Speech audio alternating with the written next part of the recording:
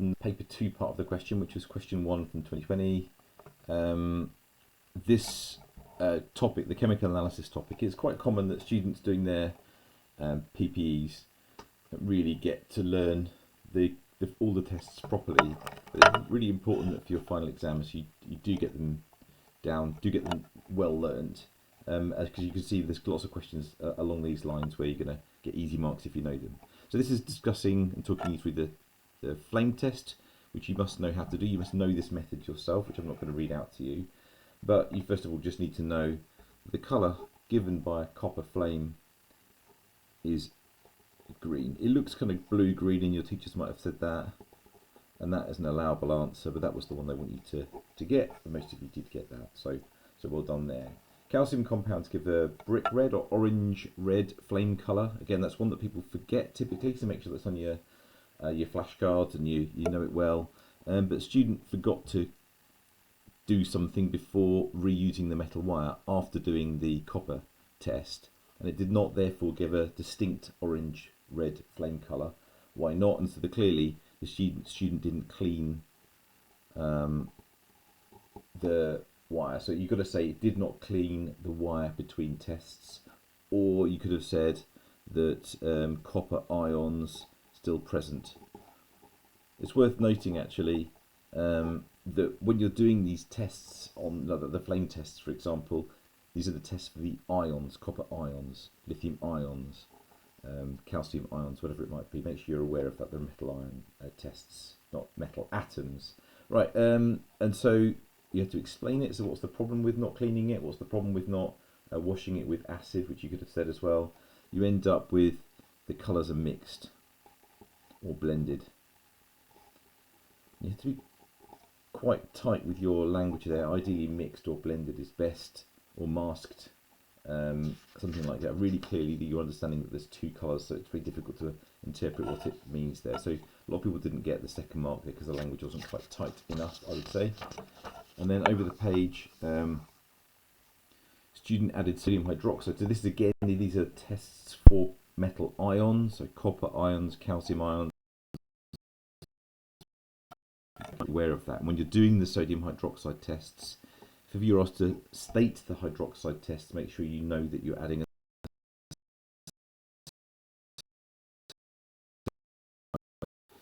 solution. You form a solid from solutions, and you can't see those solids being formed if you're mixing two solids together, so you have to be really clear they're solutions.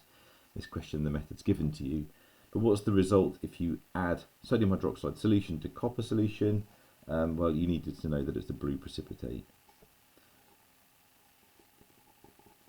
And you might have said blue solid, you get away with that. And remember, we've got all these daft ways of remembering those tests for the hydroxide test. So copper, the boys in blue. Remember, policemen are sometimes known as coppers. Policemen are sometimes also known as the boys in blue, so it's a blue precipitate. Confusingly, the colour blue for the test is not the same as the colour for the flame test, slightly annoyingly, but there we are, that is what it is. The calcium, the way of remembering the calcium test is remembering that calcium is a key component of bones and teeth, and we know that they're essentially white, so we get a white precipitate. It's a good chance to remind you actually that you're expected to know that transition metal compounds are coloured. So these colours for the transition metals like iron 2 and iron 3 and copper are coloured, whereas the ones that are not transition metals like calcium and aluminium and magnesium are all white because they're not transition metals. All this stuff is linked together. One test that people often forget is this one. This is a common easy slip, but you have to know the sulfate ion test. So we've talked about the flame test and the hydroxide test. They're the tests for cations, positive ions, metal ions. The tests for the non-metal ions are chloride, bromide, iodide, sulfate and carbonate. This is the test for carbonate ions, sulfate ions, SO4 2-, and you just, I'm afraid, have to learn it. What you need to do is first of all add some hydrochloric acid, which you should know is part of your learning, but then you add my mind's gone blank. Barium, barium chloride solution. You should say solution here, but because it's given in the question, you didn't need to say it. So barium chloride. You would have got away with barium nitrate as well, because they're both basically sources of soluble barium ions. That's the purpose of barium chloride or barium nitrate. The sources of barium ions. What happens is the barium ions that are in water bump into the sulfate ions that are floating around from your solution. And when they bump into each other, you end up forming this white insoluble solid barium sulfate, and that's the white precipitate that you get. But the mark is just the same there, barium chloride or barium nitrate. Question 1.5, you had to this time do the iodide test. That's one of the tests I was just talking about up there, one of the anion tests. So 8 easy marks here, right, for the chemical tests. The thing you've got to add for the halides is first of all chuck in some nitric acid, but it doesn't ever seem to mind if you don't put that, so I'll put that in brackets, but you would have been taught it. And then you add silver nitrate solution. Again, you need to say it's a solution normally, but because it's in the question in this occasion you didn't need to. So silver nitrate solution, or you could have written the symbols like I did there. Ag is silver, nitrate is NO3. Remember that silver is 1+. Just a knowledge thing. If you can learn that helps you. And nitrate you should know is NO3-. So silver nitrate is that formula, and that gives you a white precipitate. I'm just going to shorthand precipitate to PPTE. It's worth learning the colours of silver chloride, silver bromide, silver iodide, white precipitate, green precipitate, yellow precipitate. It's worth just saying that that's silver chloride solid that's formed. So just for interest then, what's happening there?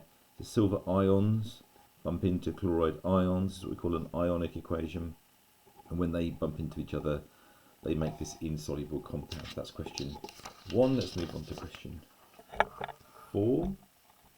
Nice chromatography question.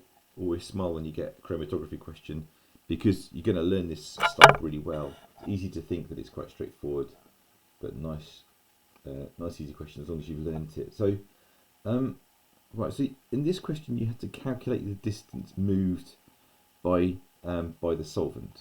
Okay, so you've got an ink, a green ink that's been probably dropped onto the pencil start line, and then they run the chromatography using water as the solvent, and up go the various dyes, and the blue and the yellow separate from one another as the solvent moves up the paper. You've all done chromatography, you know what it looks like. You're given the RF of the yellow dye, and an RF is just a measure of how far up the paper it's gone. So if you've got an RF of 1, it means the ink's gone all the way to the top. An RF of 0 means the ink has gone nowhere, probably because it's insoluble.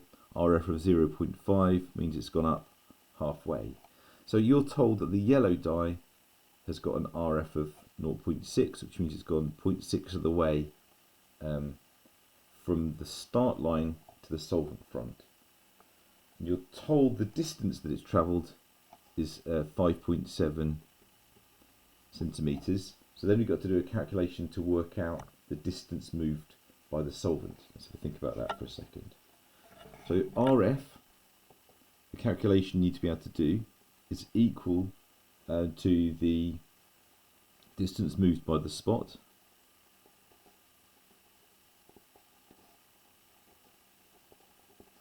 divided by the distance moved by the solvent. And I was just sort of pausing then to look, because it's normally given to you, that equation. It's not on this occasion, it wasn't on this occasion, but you should know that. Okay, you should know how to work out RF. So in other words, how far the spot's gone divided by how far the solvent's gone, starting from the start line. So that distance, in this occasion the yellow one, divided by that distance, right? And you're on this occasion told the RF is 0, so you can either rearrange first. The GCSE boards much prefer it if you don't rearrange first, which I don't much like, but let's just do it the way that they want us to. So the RF is 0.60, we're told that in the question, is equal to the distance moved by the spot, 5.7, divided by distance moved by solvent. I'm going to shorthand that to distance of solvent. Now that's the first mark. Just for filling in the numbers you get a mark. Right? If you can then rearrange that, you get another mark, even if you can't do the sum.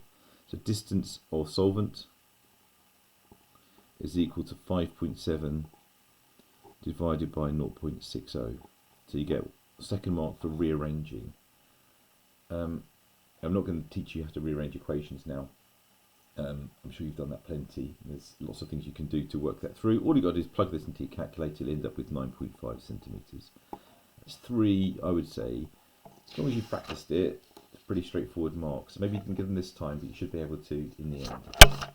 Over the page, the green ink contains more than 2 compounds. Not many people got this right. Not many people got the answer here. So you're told, remember, that we've got chromatography that looks like this. They would have plonked some green ink there, and you ended up with one of them is green and one of them is yellow, like that.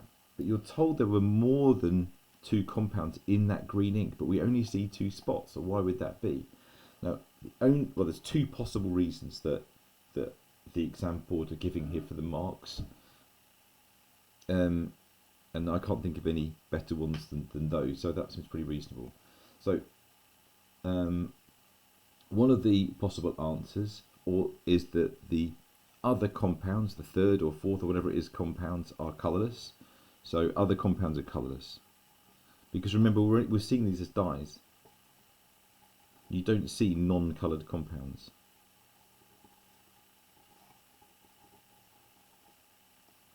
Colourless. So other compounds are colourless. That's one possibility. That would have got the mark. Or simply is that the other dye, this is a much less likely thing in reality, but the exam board accepted it, is the other dye that's in there, if there was a third dye, might have exactly the same RF as one of these 2 and be masked by it, be hidden by it. So same RF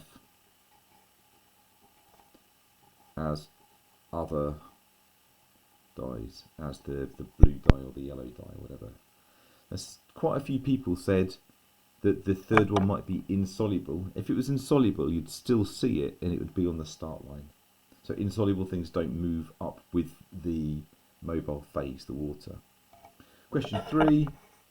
They're very close together. What could you do to increase the distance? 2 possibilities here. So you could either, if you look at their picture over the page, it looks something like this. Something like that. So you could allow the solvent front to carry on, leave it a bit longer and allow the water to go right to the top of the paper. So allow the solvent front to travel further is one of the possibilities. And if you look at the maths as well, the RF being equal to distance by the spot divided by distance of the solvent, you're going to get the RF is not going to change. You make the solvent travel further, and you times those 2 together, that means the spots are going to move further, and you actually get a bigger gap between them. You could work through the maths if you want to, but it makes intuitive sense. If you leave it longer, they're going to move further apart slightly. Or you could simply use a different solvent. If you change the solvent, you get quite different RFs. And you might have done, in Key Stage 3 or in biology, done chromatography of chlorophyll, I think, and that would have given you 2 sort of slightly greeny yellow spots using ethanol as a solvent. That's quite common to do. It's really important that manufacturers always use the same proportions. Why? Well, this idea, the learning point here is all about the idea of formulation. So you'd have even got a mark if you'd have simply said, because it's a formulation. So this is that formulation. You have to know the definition of a formulation for your exams, and that's this idea that it's a mixture of different components in a fixed concentrations or fixed amounts, because each of those components contributes to the properties of the final compound. And in this particular case, because it's a dye, The reason you want to have the same proportions is because you always want the same shade of green. The same colour green or something like that. But it's because it's a formulation there. So look at your formulation stuff if you've forgotten that. Question 4.5. What affects the RF? And the answer is... hang on, so let's read this carefully. What will produce a smaller RF value if the solvent and paper are both changed? Right, so if you've got something that's quite insoluble, it doesn't move up the paper very fast. And so if we've got something that's less soluble in the new solvent, that would do it. So it has to be one of those two. Something that's less soluble moves up less fast. Also, if it's got very strong binding to the stationary phase, which is the paper, it's going to stick to it and not move up the paper very fast. And so it's the one that's more attracted to the new paper. And so that was the answer there. Again, most of you got that right, so well done there. Question 6. Right, so this one's about atmospheric pollution. Atmosphere topic is always one that people don't spend quite as much time on as I would like. It's actually not that easy. I think you need to spend a little bit of time on it, really get your head around it and get your head straight with it. But you've got lots of examples of things where atmospheric pollution can cause problems, can cause damage. So this picture of this limestone carving. Limestone, you should know, is calcium carbonate, and calcium, or primarily calcium carbonate, and calcium carbonate of course will react with acid, so that's a key clue there. And you've got soot there as well, and we should all know what soot is. Soot basically is carbon powder, sort of sometimes called amorphous, sort of unstructured carbon that you get on the bottom of things like evaporating basins and gauze mats if you heat with a yellow flame. So we don't use a yellow flame in the lab. Right, so why does that happen? What are the two reasons for that? So first of all, why is soot formed? And we get soot. Soot, by the way, is what makes flames yellow. If you've got a yellow flame, it means you've got soot, which is a black powder when it's cold, but when you heat up soot, it glows orange, which will make flames orange. So whenever you see an orange flame, you've got incomplete combustion going on. And many of you got that mark, but you didn't go on to explain why you get incomplete combustion in many cases, and that's due to a lack of oxygen, O2.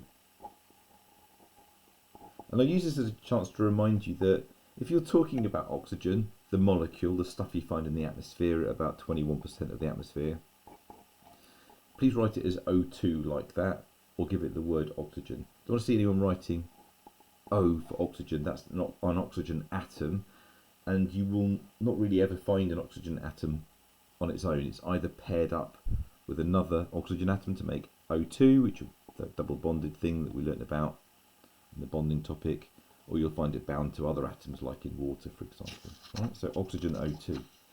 If you've got a lack of oxygen, you get incomplete combustion. The fuel, the hydrocarbon, say, so CH, the hydrogen might oxidize fully to, when you burn the hydrocarbon, let's give you a proper example. So let's say we've got petrol, octane, C8H18 plus oxygen. When you do combustion, the carbon atoms oxidize, if they oxidize fully, or if there's enough oxygen present, and the hydrogen atoms oxidize. When the hydrogen atoms oxidize, you get water. So in other words, this combines with this. When the carbon atoms oxidize fully, you get carbon dioxide, so this combines with this. But if there's not enough oxygen, you get slightly incompletely oxidized carbon, or even soot as well. And you need to be aware that incomplete combustion, you can get all of those, and the consequences of that. Carbon monoxide is toxic, and soot causes global dimming, and all of that kind of stuff. Make sure you know that really, really well. Really common questions, quite straightforward questions too.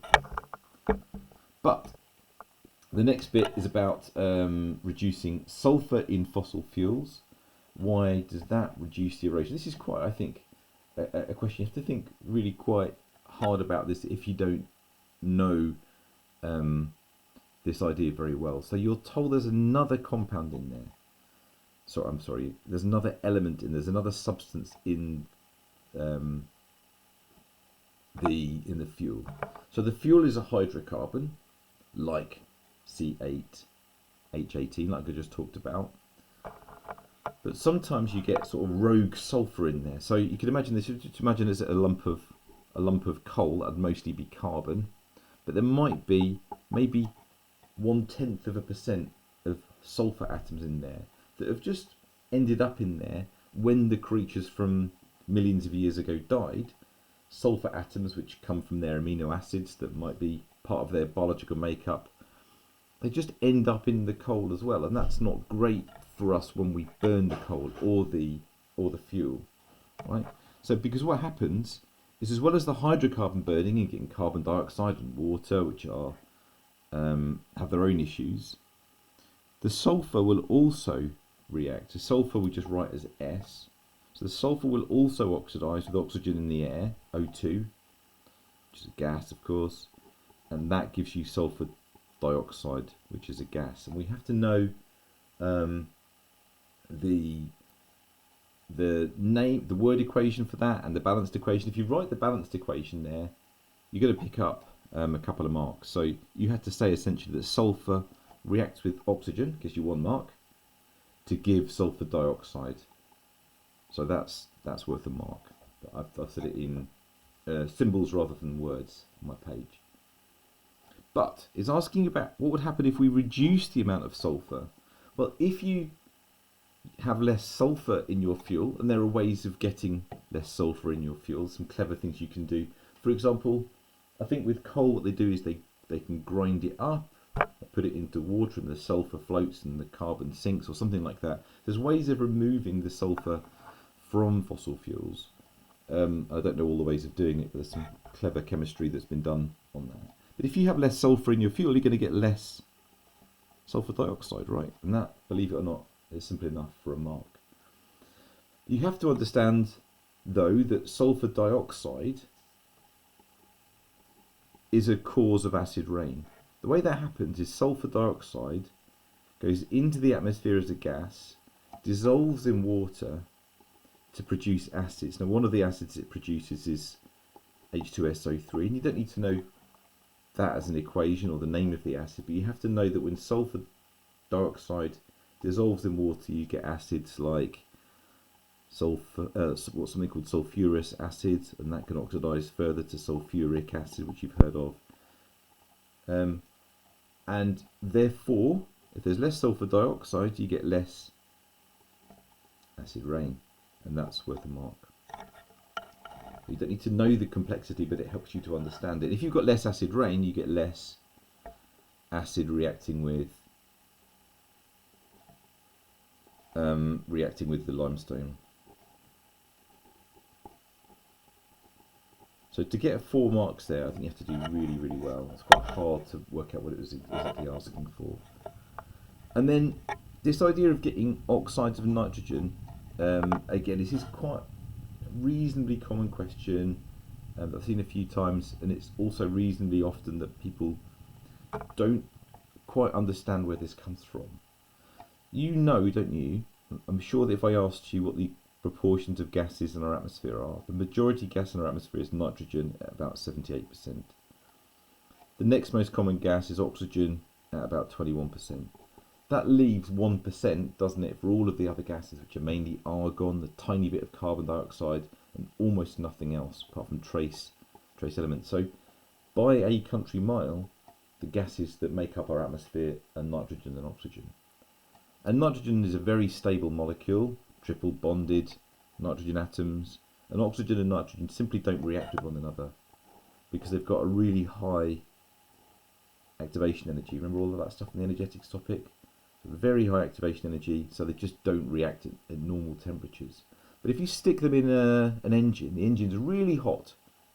Of course, it's particularly diesel engines. Diesel engines are really high temperature, as are jet engines. And at those very high temperatures, the nitrogen and oxygen have so much energy they can overcome that very high activation energy and actually react with one another. So it's nothing to do directly with the hydrocarbon fuel, but the high temperatures allow those things to react together to give various nitrogen oxides, which you're going to call NOx. And NOx is referring to, for example, N2O, NO, NO2. There's loads of others like N2O4 and other things, right? So nitrogen oxides, and those things have got environmental consequences associated with them. So what you have to say is that high temperatures, at high temperature, you didn't just have to say it, you have to know it, of course. At high temperature, nitrogen and oxygen react with one another. And of course, understanding that it's a very high activation energy reaction helps you to remember it. So hopefully that was helpful. And that's it. Have a lovely day.